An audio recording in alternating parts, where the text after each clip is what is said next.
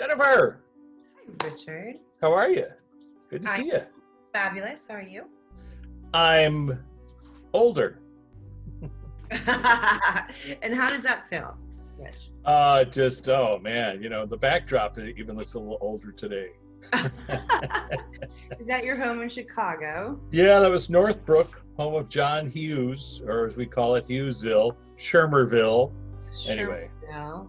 Yeah, the scene of many crimes right here across the street of St. Norbert's grade school. And this is where, the pastor of the church used to come and have his shots of whiskey. Awesome. Anyways, All at that time. I always think of it in terms of, and I have been thinking about it lately. Mm-hmm. We go through the journey, whatever it is, the journey we're on, life to death, and we have a certain perspective of growing up, where we grew up, and our attachment to the emotions of it. But of course, while you're living it, you're not really thinking about, this is where I'm growing up.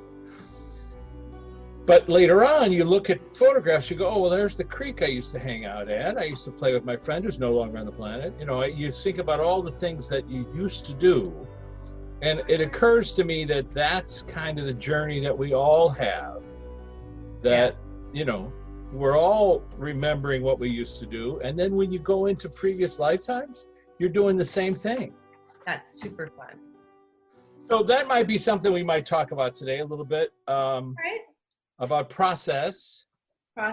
Blank, I see that, blank sheet. The process of incarnation, let's just call it that, of coming back to the planet. People get hung up on the term of reincarnation. What is that? And it's another thing. What I'd like to say about that is you don't have to believe in it. Who cares? If you don't believe in reincarnation, that's fine, because technically, or past lives, because past lives, are they really past if they're affecting you now? Well, that's what I wanted to try to address, if we can. And the reason, because when you consider incarnation, what's that? If we can define what that is, you see, because we haven't defined it. No one's been able to define it. I mean, scientifically. But if we can talk about it, what is incarnation? And how do we define it? Well, it's by talking to people on the flip side. So how is the process of coming to birth? What's it like? We've heard people on the flip side say consistently, well, I chose this lifetime. I volunteered to participate, and I agreed, or whatever it was, or I was dragged kicking and screaming, and I came back. So the process of incarnation, coming to the planet, people claim that they choose their parents. Most, when you say that. Definitely believe that, whether you're adopted or not. I think that everything is, I know that you'll get like, why would I choose my parents if they abused me? My parents did not, but I'm just saying I've heard that before. Often, sure. Often, and back to, like, if your lesson was to learn how to be compassionate, or how to help other people, help other children, let's say, not go through the same thing that you went through. There's a lot of reasons that we won't know until we reach the flip side. Yeah. But you know what? We can talk to people. Somebody was saying this to me the other day on Quora, which is nobody knows. Nobody knows the answer, and to pretend like, anyway. But we can ask people, and by asking people, we can come to a realization of what the answer might be. So, for example, your dad is on the flip side. And if he doesn't mind, Jim, would you like to chat with us about the process? Oh my gosh, I just heard him say, don't mind if I do. And so the question I would have for you, sir, is in terms of Jennifer choosing you as her parent, just along those lines, how did that work out? What was the if you can access her sort of life planning session, how did it work out or come to be that you all decided to come together? He says it's not really an easy question to answer, but I'll do my best. That's interesting. He's like, Jennifer and I have the same DNA, but it's different. I'm like, is it the DNA in the universe yours? You know, and he's like, it's kind of Philosophical DNA as opposed to physical. and it is, we do have physical, but that's just part of it. Hold on a second. Oh.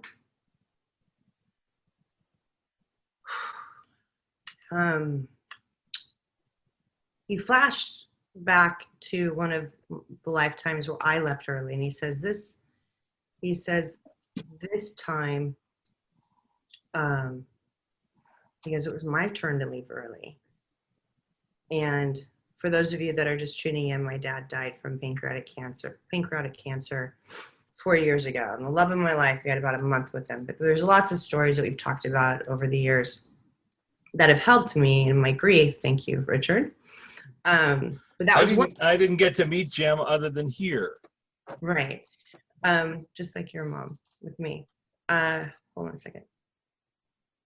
He's like, I needed to learn how to have a daughter that was like how you are. And he's laughing. I'm like, Dad, you had 6 other kids. Like, you know, but he's like, but with you, you know that you were different. And I'm laughing because all of us, you know, I can't help but think that if it was coming from any other spirit, maybe I'd believe it. But with my dad, I'm like, Dad, you have rose-colored glasses on, kind of thing, right? Right. I'm unique. And I was called I was unique, like all the way growing up. I just was different than my brothers and sisters. But hold on a second. Oh. We both had very spiritual paths going different ways to the same place. Paths or pasts? P-A-S-T-S or P-A-T-H-S? P-H. Paths. Okay, and then along those lines, and I'm just trying to help people. We learned from each other. And it was very difficult for him because he was a Mormon bishop to understand what I did for work. Right. But that's in terms of this journey in this lifetime. And I'm kind of asking this process of incarnation, the idea that Jennifer chose to be born to her mother and to have Jim be her father, that process. So the reason is because it's about incarnation, not about reincarnation or coming back. It's the process of journeying from over there to here, bringing some of your conscious energy to here. I'm laughing. He's giving me so many other things. Sorry. I'm like, well, why'd you pick this time period? And he said, because I love old cars. Like he loved old cars, you know. Oh, I loved old cars. So that's funny. Yeah. So yours, it's a general question. Why do we incarnate? Right? How, not why. Why is another, it depends on the person and their journey and their paths. Okay, so how is what I'm asking. How did Jennifer, her energy move in? Oh my gosh, that was fascinating. He said it, he showed me like a little droplet, like a droplet of blood from my essence being dropped that as another lifetime. So it was like, so to incarnate, we have our soul, and however you want to, because he's showing me so many different pictures, how we talked about the soul. If it was the ocean, each wave would be a life that you incarnate in. And he just showed me if the soul was a body, a heavenly body, that it's like a droplet of blood is another incarnate. Well, a droplet of liquid, let's just call it that, because blood implies something else. I just did that. It was actually effervescent. It wasn't blood. Okay, a droplet of light, let's say. A drop of light, let's say, okay? If we think of light as a liquid. So, and this is what I want to clarify. So the journey of the body of water that we are, the pool of water or the cup of water that we are, and a drop of that cup comes here to incarnate. But that droplet represents part of everything that we were before, correct?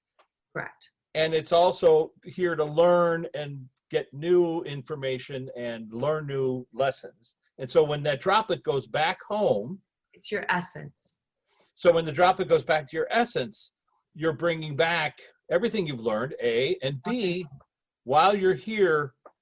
And this is kind of what I think Luana wanted us to talk about, because I had the sensation or the idea a couple days ago that this process of who we are, because we are, of course, the physical person.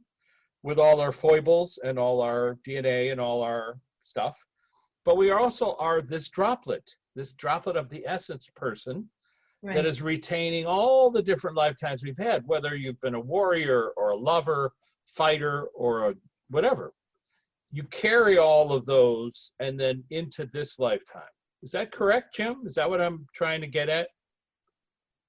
No, but you have the abilities, like you showed me my ability. You have the ability to have like the more awareness you have, the more you can extrapolate from your soul.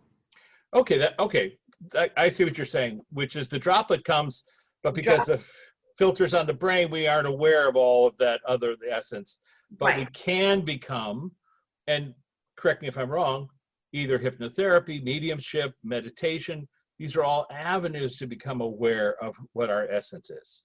And even church, yes. Okay, and even church. So You got it. And even church. Thank you, Jim. And Luana, let's ask Lou, who's our moderator of our class. For those who don't know, Luana Anders. She's been moderating our class for 6 years and my close pal. Like, letting you have it. My dad's laughing. She's laughing. She's like, you can go ahead and take this one. Well, Lou, my question for you, is there anybody on your list that we need to speak with, A? And B, did you want us to talk about process? Is there anything with Elvis? And would you know? Let's find out. So is that who's on your list, Lou? Oh, that's so fascinating. Okay, hold on. To talk about the same thing. Okay, very good. Well, can we bring him forward? Yeah, he's here. Okay.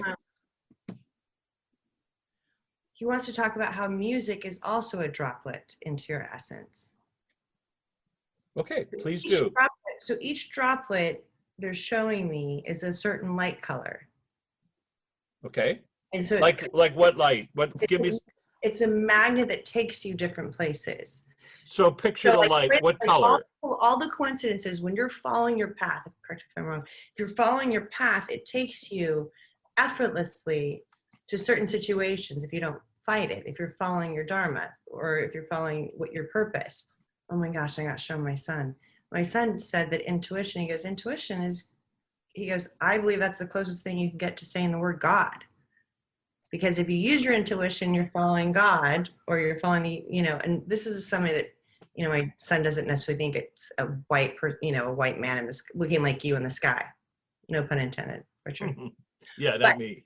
He's saying it's when you're following it, you're doing something right. And when you're not following it and you have that little angst, you're doing something wrong, or you feel something wrong. Okay. Right? But that magnet of where you're supposed to go gets blocked and goes somewhere else. Okay. And just in terms of process, that refers to the idea that God is not a person or a being per se, but the pool of the essence. The pool of droplets. The pool of droplets, yes. And that's the ocean, let's call it ocean of consciousness, or the oceans of essence, or whatever that would be. Everybody combined, everything combined. So that's why we're always interconnected, connected to each other, tethered. Right. But at the same time, when you're here, trying to navigate the planet with this human being, if you find yourself going up against something, then that's not the thing you're supposed to go with. To allow your intuition, whatever you want to call that. It's funny, I'm now remembering lines from movies of mine where I think it was Nancy Allen in Limit Up makes a joke about following her intuition. It's your intuition. Somebody says that to her.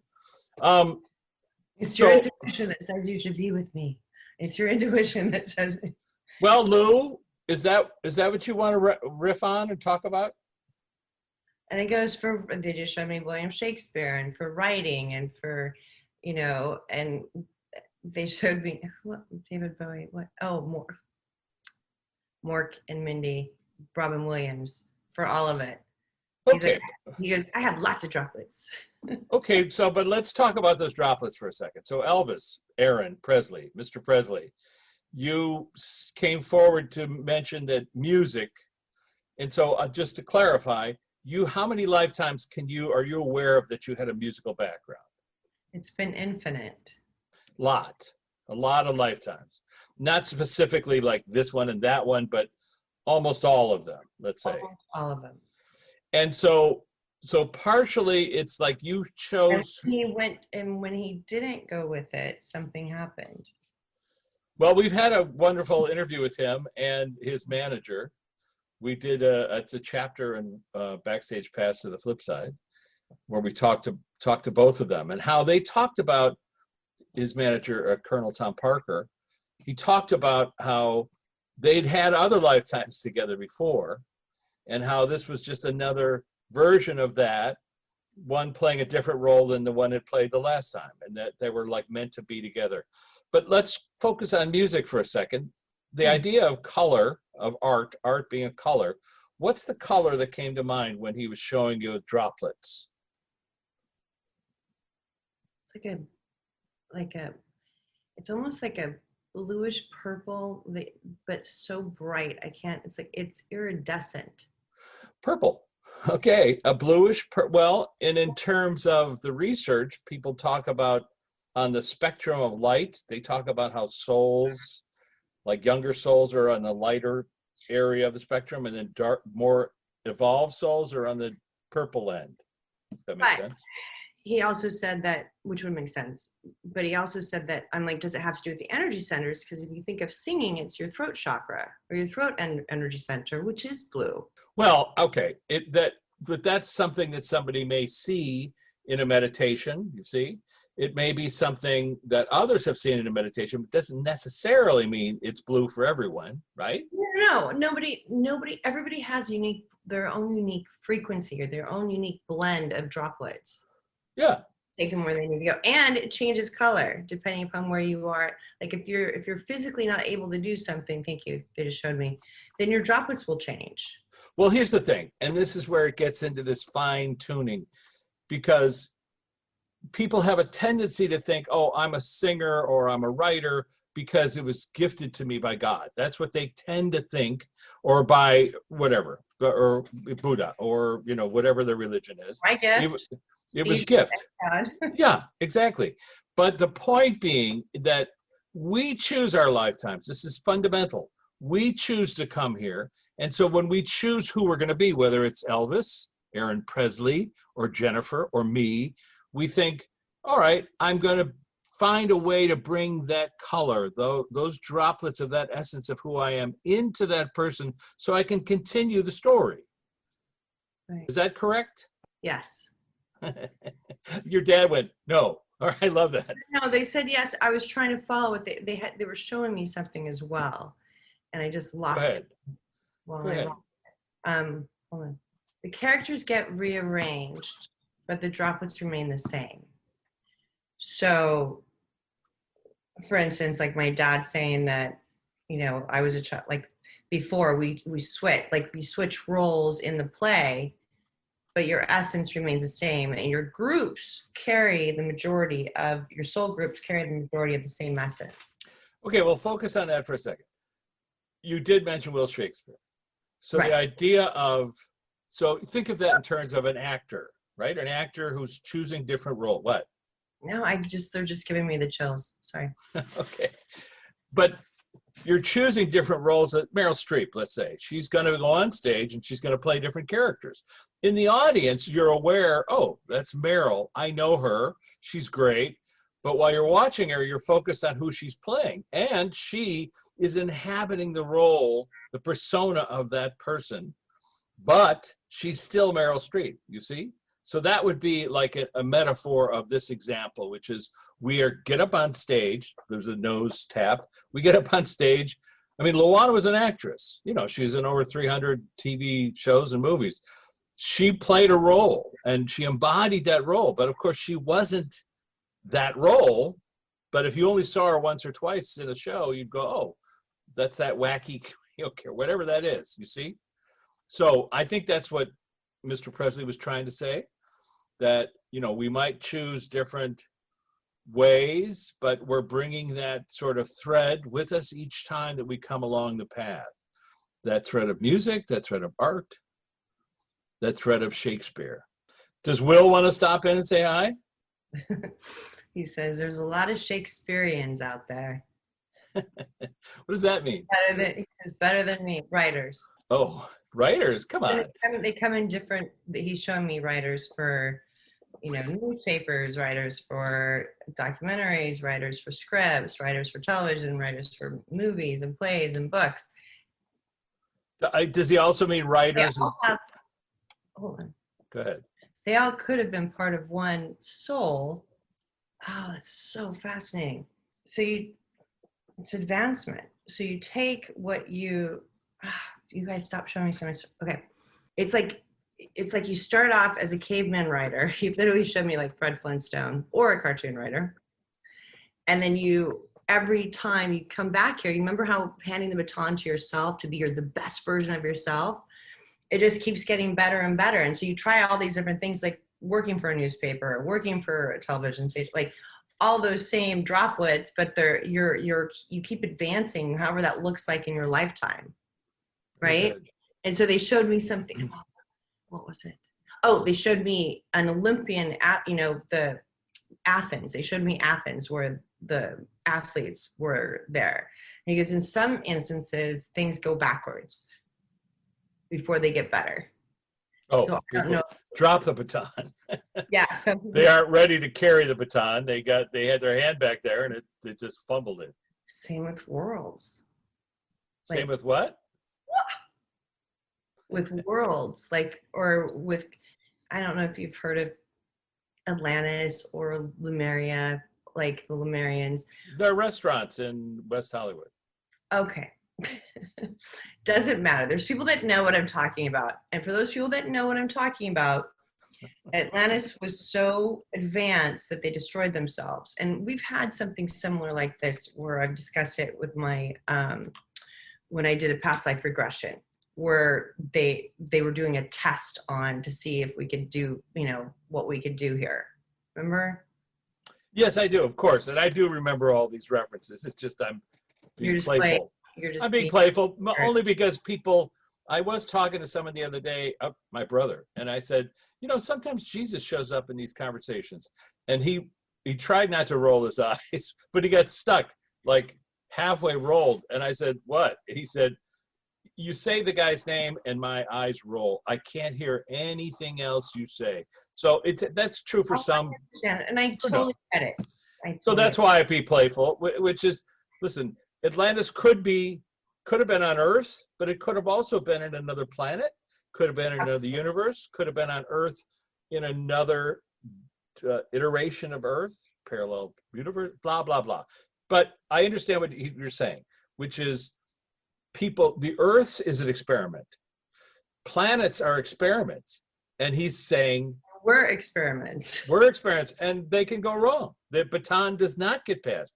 And we are in a critical point, correct me if I'm wrong, where our planet needs to be fixed. We go through situations to determine, there is no wrong in the way that we manifest our lives. Yes, if we go against we could talk about this stuff, but what they showed me was that you learn from it each lifetime. You learn from it, you take it with you. You learn from it and you go, it'll hit you in the next lifetime. Hey, maybe you shouldn't go out with that person. Remember this last time? Or why are you, there's just certain things that happen that there is what they're saying. If I'm listening to this correctly, there is no wrong way to live your life. Right. Very problematic for people to hear. It's your job. It's your job to make yourself happy. So obviously, if you're pulling out guns and shooting people, there's a problem with that. You're also not following your intuition. You're also going against the grain. You're also doing something that's horrible. Yeah. They're not saying live your life like that. There is no wrong way. What they're saying is that when you make a mistake, or if you have a relationship that you feel was a mistake, it's actually going to be it's going to get cataloged somewhere in your data bank that will come up later on of what not to do. Yes, and along those lines, I think it's also important. You learn from it, and it's also important to point out, just to follow our metaphor, each one's a stage performance. And while you're on stage, you learn all kinds of things. the essence of stage drama is conflict. And so if you have a lot of conflict, you're going to learn more. But, you know, I think it's important to point out that we're not only on stage, a portion of our consciousness of that essence, that droplet, is on stage, but there's a portion of our essence, those other droplets, that are in the audience, off stage, back home, watching what we're doing on stage, either being bored by it, being annoyed by it. Come on. It's time for you to do the thing that you're supposed to do. I keep giving you hints. I keep dropping things in front of you. Pick up the sword and run down the block. I mean, that's essentially what we hear in this research, which is they showed me very interesting too. Sorry, they keep showing me things while you talk.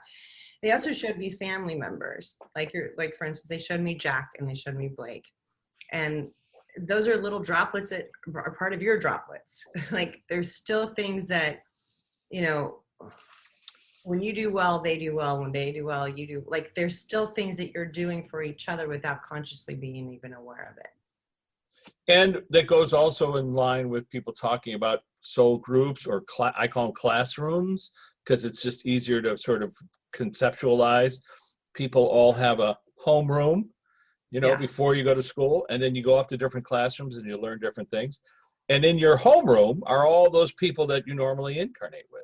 They could be your kids, they could be your parents. And so you're always learning with them and by them and through them, especially since they gave you a thumbs up when you started the journey. Right. What was that? What are you looking at? What do you got? Learning from the dead. We learn so much from the dead, how to live.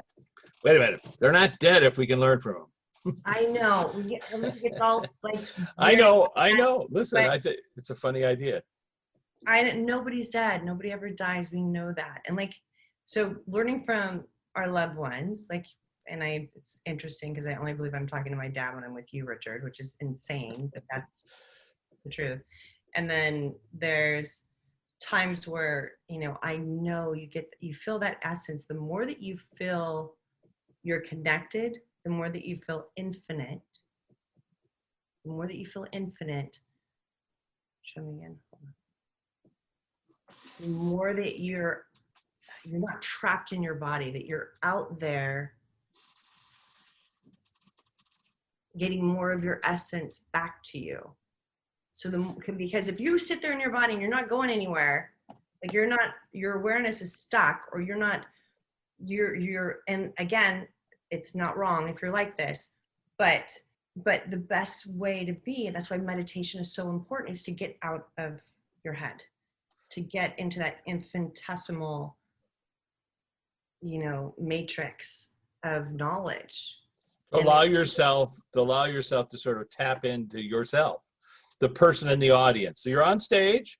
If you meditate, you can actually converse with the person in the audience. But Lou, I want to ask you a question. I know I'm going to lose Jennifer in about 9 minutes. 5 ish. But here's the question for you, Lou. And is this something you brought up a couple of nights ago? Usually it's like 2 nights before we do this, I get some kind of a dialectical argument, and I'm waking up and I'm like, what?